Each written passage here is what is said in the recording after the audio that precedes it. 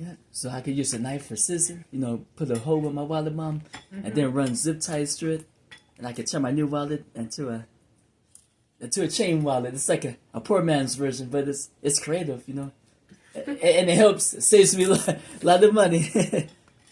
Glory to God. Yep.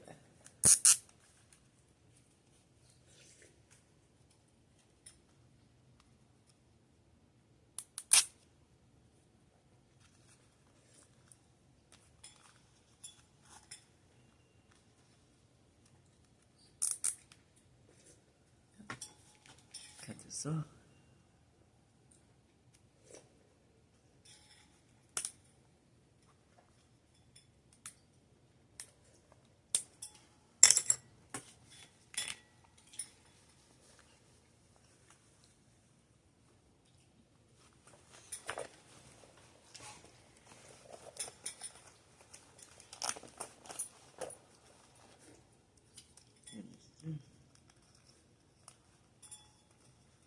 Good.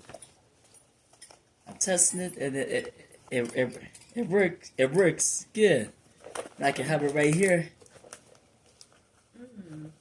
I can put it in my pocket, or my two pouch, and so thank God.